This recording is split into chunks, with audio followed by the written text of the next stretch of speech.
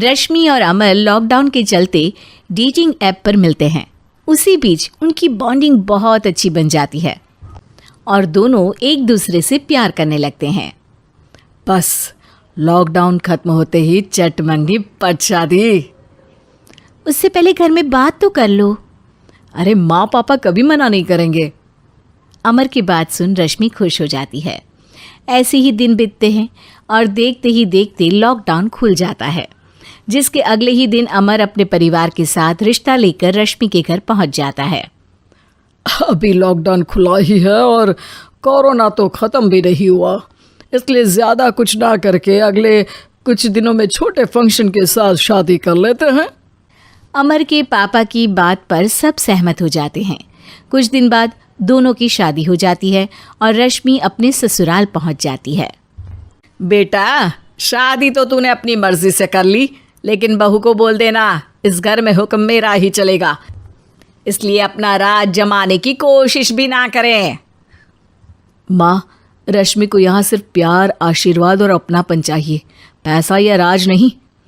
बेटी की बात पर सास मुंह बनाए वहाँ से चली जाती है और अब वो हर रोज रश्मि को परेशान करना और ताने देना शुरू कर देती है। Please subscribe this channel. देखो, ये है आजकल की लड़की, इंटरनेट पर लड़कों से बातें करते हुए इन्हें शर्म भी नहीं आती, और यहाँ तो देखो कितनी सीधी सुशील बनकर दिखा रही है। मम्मी, शादी के रिश्ते वाले इंटरनेट ऐप से जब किसी को कोई दिक्कत नहीं है, फिर डेटिंग ऐप के जरिए मिलना किस तरह गलत हो सकता है? रश्मि के डेटिंग ऐप वाली बात सुन उसकी हैरान सास तुरंत तुनक कर पूरे घर को सिर पर उठा लेती है, जिसकी आवाज़ सुन अमर और उसके पापा भी वहाँ आ जाते हैं। हाय मेरी माता, इतना बड़ा झूठ! डेटिंग ऐप को इंटरनेट के जरिए मिली है बोलकर इस कलमुही को मेरे सर ला बिठा दिया। अरे नास पिटी, तुझे जरा भी शर्म नहीं आई?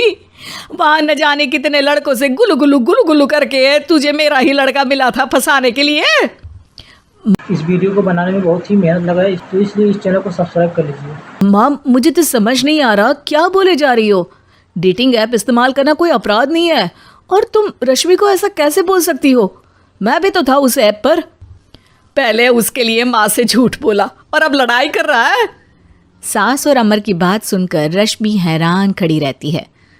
अमर, तुमने घर में झूठ क्यों बोला? ये सब देख रही हो ना, इसी की वजह से झूठ बोलना पड़ा। एक तरफ अमर और रश्मि की ये बात चल रही होती है, वहीं दूसरी तरफ सास का नॉन स्टॉप क्लेश सबको परेशान कर देता है। सब एकदम चुप, जो हुआ सो हुआ, अब मुझे कुछ ना सुनाई दे।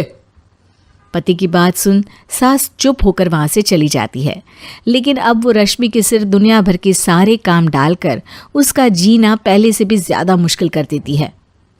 मम्मी, मैं आपका गुस्सा समझ सकती हूँ, आपको जो करना है कर लीजिए, मैं कभी कुछ नहीं बोलूँगी। उम्मीद है किसी दिन तो आपका गुस्सा शांत होगा और नफरत प्यार में बदलेगी। रश्मि की अच्छाई को उसका नाटक समझकर सास गुस्से के 7वें आसमान पर चढ़ जाती है और उसी शाम रश्मि को नीचा दिखाने के लिए अपनी सहेलियों को घर बुलाकर उसकी बुराइयां करने लगती है। अरे कौशल्या, क्या बताऊं, आजकल के बच्चे ना बहुत एडवांस हो गए हैं। पहले रिश्ते घर परिवार वाले सब देख परख के कराते थे, और अब ये लोग खुद न जाने कहाँ कहाँ मिलकर खुद ही सब कुछ पक्का करके हमें बता देते हैं। लड़की का कैसा दिन धर्म, कैसा ईमान, कैसा चरित्र। इस वीडियो को बनाने में बहुत ही मेहनत लगा है, तो इसलिए इस चैनल को सब्सक्राइब कर लीजिए। कुछ नहीं पता, बस प्यार किया और घर लाकर बिठा देते हैं। अरे ऐसा क्यों बोलती हो? आजकल बच्चे अपने आप में बहुत समझदार हो गए हैं, और फिर पूरी ज़िंदगी तो उन दोनों को ही साथ निभानी है। अपनी पसंद से शादी कर भी ले तो क्या दिक्कत? तू ही देख ले, पहले इतना अच्छा बेटा और अब सोने पर सुहागे जैसी सर्वगुण संपन्न बहू। और पता है, अभी कुछ दिन पहले मेरी बेटी ने मुझे डेटिंग ऐप के बारे में बताया, जहाँ लड़का लड़की अपनी पसंद से अपने आप एक दूसरे को चुन लेते हैं, और फिर अगर सब सही रहता है तो बात आगे भी बढ़ जाती है। अरे इसमें इतना खुश होकर क्या बता रही हो? ये तो गलत है। न जाने कौन क्या है, कितना झूठ कितना सच है। अरे पर सोचो, जब तुम किसी के बताए रिश्ते को देखने जाते हो तो क्या एक ही बार देखने से सच झूठ का पता लगा सकती हो? ज़रूरी नहीं कि बच्चों का लिया फैसला हमेशा गलत हो। अरे बहुत बार हमसे भी तो गलत फैसले होते हैं ना। अच्छे बुरे लोग तो हर जगह मिल सकते हैं, फिर इसमें सिर्फ बच्चे ही गलत कैसे?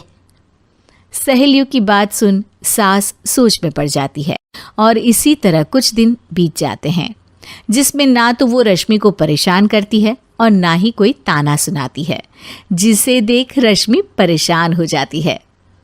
मम्मी, आपकी तबीयत तो ठीक है ना? कुछ दिनों से देख रही हूँ आप मुझे कुछ बोलती ही नहीं। तो मेरा परेशान करना ज्यादा अच्छा लगता है क्या? नहीं, आपकी शांति उससे ज़्यादा परेशान कर रही है। शांति इसलिए है क्योंकि मुझे एहसास हो गया है कि गलत तुम लोग नहीं, मेरी सोच है। प्यार तो एक सुंदर एहसास और शादी खूबसूरत साथ है। अगर ये साथ सच्चा है तो कहीं पर भी किसी भी तरह जुड़ा हो उससे कोई फर्क नहीं पड़ता। आप कौन है? इतनी अच्छी बातें मेरी पत्नी तो नहीं बोल सकती। क्या आप भी? इस वीडियो को बनाने में बहुत ही मेहनत लगा है, तो इसलिए इस चैनल को सब्सक्राइब कर लीजिए। एक छोटे से गांव में मोहन नाम का एक दुकानदार रहता था। उसकी दुकान गांव की सबसे बड़ी दुकान थी। लोग दूर दूर से उसकी दुकान पर सामान खरीदने आते थे, लेकिन मोहन के अंदर एक बहुत बुरी आदत थी। वह ज्यादा पैसे कमाने के लिए लोगों से झूठ बोलता था। वह घी में तेल मिलाता, मसालों में रंग मिलाता और खराब दाल को भी अच्छा बताकर बेच देता था। गांव के लोग उस पर आंख बंद करके भरोसा करते थे, क्योंकि बाहर से मोहन बहुत मीठा बोलता था। एक दिन गांव की एक बूढ़ी औरत उसकी दुकान पर आई। उसने कहा, मोहन बेटा, थोड़ा अच्छा घी दे दो, बेचारा बहुत दिनों से बीमार है। अरे अम्मा, आप चिंता मत करो, ये बिल्कुल असली घी है। कुछ दिनों बाद गांव में कई लोग बीमार पड़ने लगे। किसी को पेट दर्द तो किसी को कमजोरी और चक्कर आने लगे। धीरे धीरे लोगों को शक होने लगा कि कहीं खाने पीने के सामान में गड़बड़ी तो नहीं है। तभी एक दिन गांव में खाने की जांच करने वाले अधिकारी आए। उन्होंने गांव की सभी दुकानों का सामान चेक करना शुरू किया। जब वे मोहन की दुकान पर पहुंचे तो जांच देखकर मोहन घबरा गया। अधिकारियों ने घी, दाल और मसालों की जांच की और सच सबके सामने आ गया। घी नकली था, दाल खराब थी और मसालों में मिलावट थी। पूरा गांव गुस्से से भर गया। लोग कहने लगे, मोहन ने पैसे के लिए हम सबकी सेहत के साथ खिलवाड़ किया है। उस दिन के बाद किसी ने उसकी दुकान से सामान खरीदना बंद कर दिया। जिस दुकान पर हमेशा भीड़ लगी रहती थी, आज वहां सन्नाटा था। मोहन पूरे दिन खाली दुकान में बैठा रहता। एक दिन उसे अपनी गलती का एहसास हुआ। उसने सोचा, मैंने थोड़े से पैसों के लालच में लोगों का भरोसा तोड़ दिया। उस दिन के बाद मोहन ने फैसला किया कि अब वह कभी झूठ नहीं बोलेगा और हमेशा ईमानदारी से काम करेगा। धीरे धीरे उसने दुकान में शुद्ध सामान बेचना शुरू किया। पहले लोग उस पर भरोसा नहीं करते थे, लेकिन समय के साथ उसकी ईमानदारी देखकर गांव वालों का भरोसा वापस लौट आया। और आखिरकार मोहन को समझ आ गया कि झूठ से कमाया गया पैसा ज्यादा दिन तक नहीं टिकता, लेकिन ईमानदारी हमेशा इंसान को सम्मान दिलाती है।